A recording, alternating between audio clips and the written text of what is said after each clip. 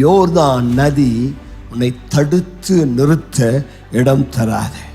யோர்தானின் மறுக்கரையில் நின்று விடாது.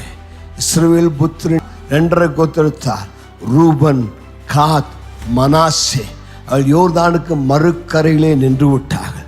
அவள் யோர்தானை கடந்து சுதந்திரங்களை பெற்றுக்கொள்ள அவள் ஆயத்தமாக இல்லை. யோர்தான் உன்னுடைய வாழ்க்கையிலே தேவ திட்டங்களை நிறைவேற்ற தடை செய்ய அனுமதிக்க கூடாது. யோர்தான் உன்னை பயப்படுத்தக்கூடாது. நீங்கள் பலரை அவங்க வாழ்க்கையில் முன்னுக்கு செல்ல முடியாதபடி தேவன் அவளுக்காக வைத்திருக்கிற திட்டங்களை, சுதந்திரங்களை அடைய முடியாதபடி யோர்தான் அவளை பயமுறுத்துகிறது. யோர்தான் அவளை தடை செய்கிறது. ஒருவேளை யோர்தான் அவள் வாழ்க்கையில் ஞானஸ்தானத்தை குறிக்கலாம். ஞானஸ்தானம் என்பது நான் இயேசுவை இரட்சகராய் ஏற்றுக்கொண்டேன், இயேசு என் பாவங்களை மன்னித்தார், நிச்சயம் என்னுடைய உள்ளத்தில் உண்டு, இயேசு எனக்குள் வாழ்கிறார், ஆகையால் அவருடைய வார்த்தைக்கு கீழ்ப்படிந்து நானும் ஞானஸ்தானம் எடுத்து அவருடைய பிள்ளையாக மாறு என்பதுதான் தீர்மானம்.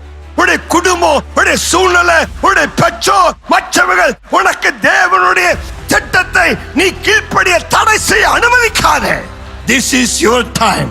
யோர்தான் நதியிலே நின்று திகையாதே. கர்த்தருக்கு மகிமை உண்டாவதாக.